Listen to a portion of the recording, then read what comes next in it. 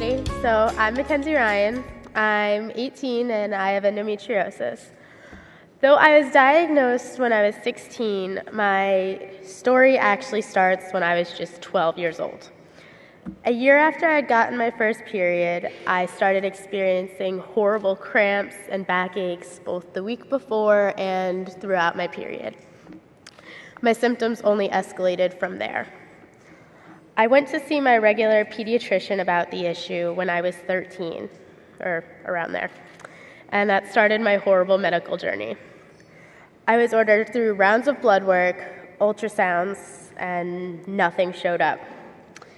At 14, I had a particularly horrible experience where I had fainted in class and I had found blood in my stool.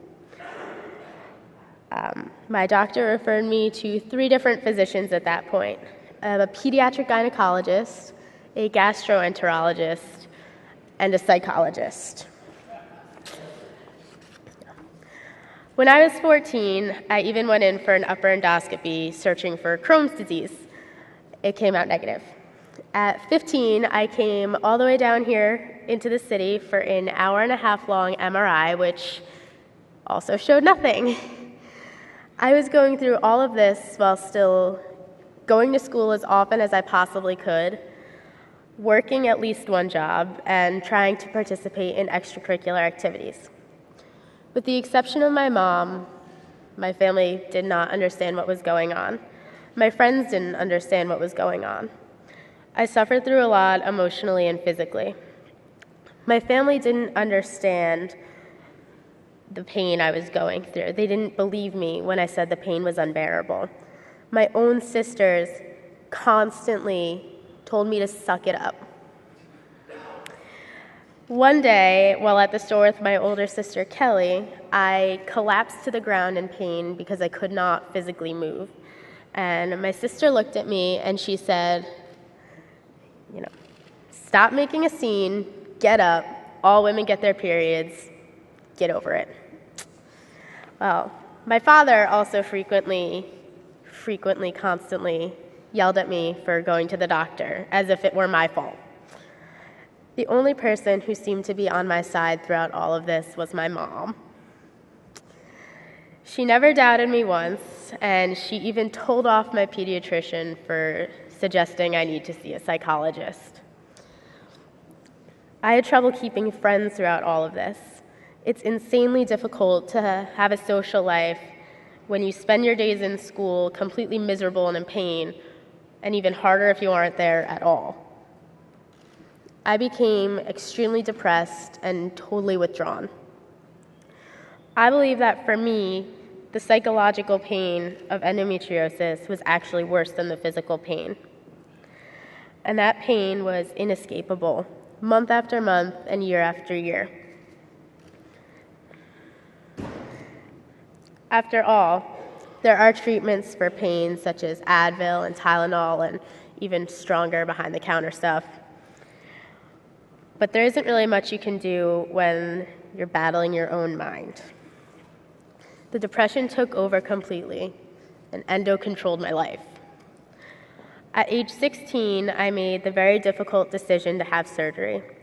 After I had been bleeding for about 6 weeks and the pain became so unbearable that I couldn't move, I was having trouble going to school and staying there, and I would just sit there and cry. I decided it was time. I didn't want to live my life in constant pain anymore, because that's not really living at all, and I know that firsthand.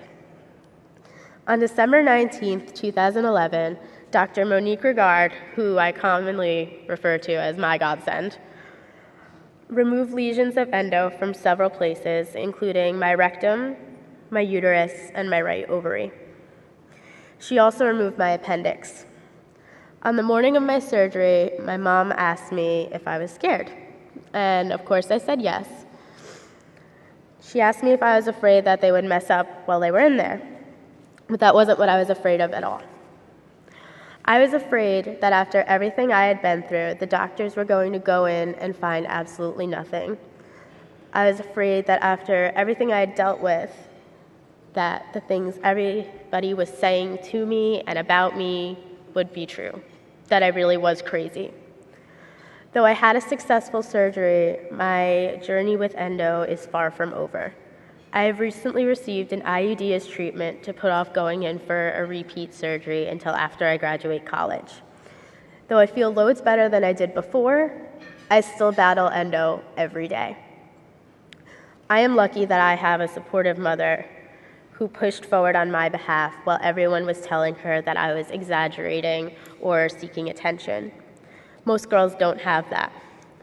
What my mother did for me, you all can do tonight for other girls like me who aren't so lucky. If my pediatrician or the nurses at school had had more education regarding endometriosis, my high school career would have been totally different. Millions of young girls are going through this every day and have no idea what is wrong with them or why it's happening. And with that, I want to thank everybody at the EFA for all the work they do and all of you for being here tonight and helping to spread the message and help the many women and girls suffering through this every day. And I also really want to thank Padma for being a wonderful inspiration and really helping me find myself through all of this and helping me turn a negative experience into something positive since I'm with you all tonight. So.